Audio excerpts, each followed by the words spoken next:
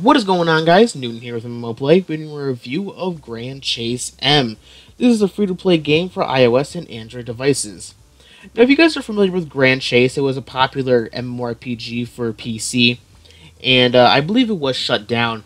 But this basically takes the art style, concepts, skills, and everything people may have been familiar with from the PC game onto basically a mobile version of the game. And the art style of the characters, the skills, the flashiness, and basically everything about the game is very, very much inspired from the PC game people have gotten to know.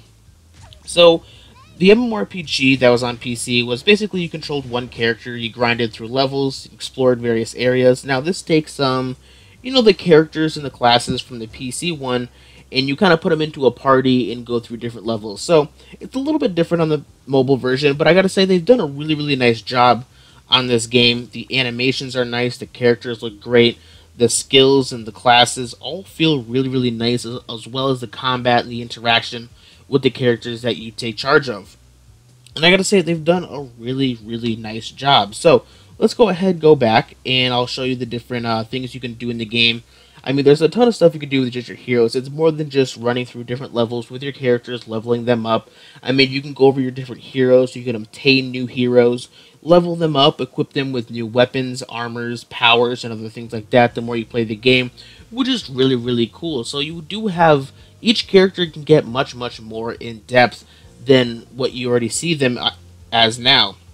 Now, this is a very early state of the characters, but like I said, the more you play, you can unlock more characters, you can level them up, level up their skills. As you can see, we just leveled one up right there, as long as you got the money and other stuff like that. So, it does take a bit of grinding to obtain, a powerful hero, but, I mean, it does kind of feel like the MMO that was on the PC. You go through, you level up your hero, you grind through enemies and obtain stuff to make your character stronger, which is really, really nice. Now, the only kind of drawback to the game is you can only run through levels so many times. There is kind of like a fatigue system once you've ran through so many times. You'll have to wait before you're, kind of like you can obtain more runs. And if you do fail, you kind of lose the points. So, let's go ahead and go to the next level over here. Show off some more of the combat, select our heroes. Now, we do start off with 3 heroes. We could obtain more, I'm sure, through just, finding them by just completing levels or fighting bosses and other stuff like that. But I mean, the characters they do give you are, they're not really lackluster, and they are pretty powerful right off the bat, which is really, really nice. So, you're not really held back by the characters you start you off with, because each character does have potential to become much, much stronger. So let's go ahead and we're going through over here. You can see the skills are very, very flashy and nice, and I enjoy the combat quite a bit and the animations as well. Everything looks and feels and runs very, very smoothly, and I've enjoyed it quite a bit.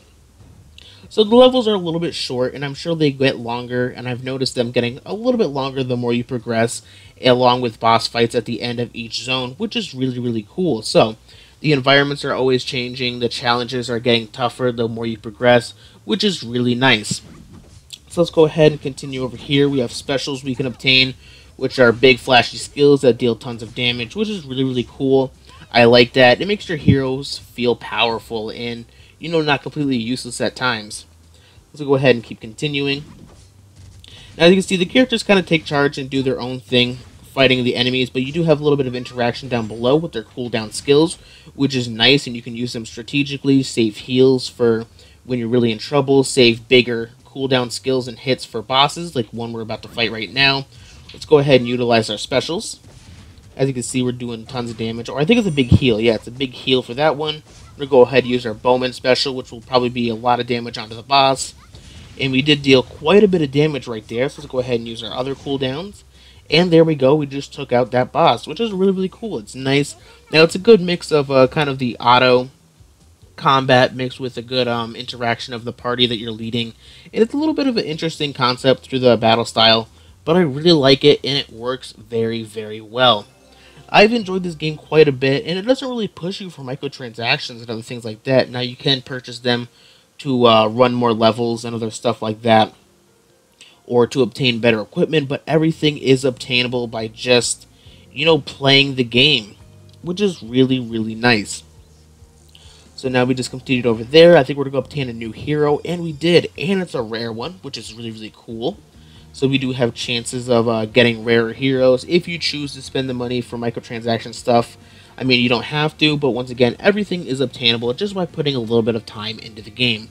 Nor does it push you to keep buying microtransaction currency, which is nice, because some games really stress upon it and try to push it onto you to buy, and this one, not so much. So, let's go ahead auto do that. We can add some more heroes to our party. As you can see, we have a full party, which is really nice. We're going to go ahead and hit complete, go back, and we're ready to continue on our adventures. But I'm going to go ahead and give the game an 8 out of 10. It's really, really nice.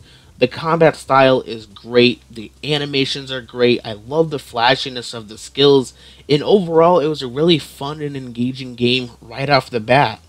So let's go ahead and hit cancel over there. I mean, they did push a little bit of the microtransaction. Yeah, we want to hit close there. Go ahead and hit enter for the next level.